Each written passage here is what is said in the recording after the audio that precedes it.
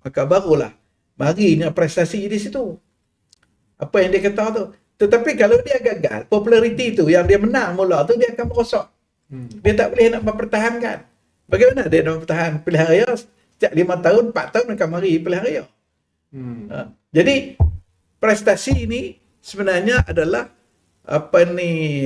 hasil production, pengeluaran daripada hak mana janji, retorik dan sebagainya ni supaya diproses menjadi prestasi.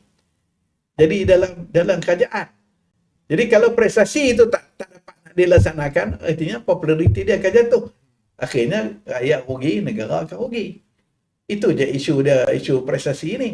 Jadi akhirnya kita kata kita nak seorang leader yang boleh populis. Dia cerdik, dia bijak, tetapi populis juga dia kena ada.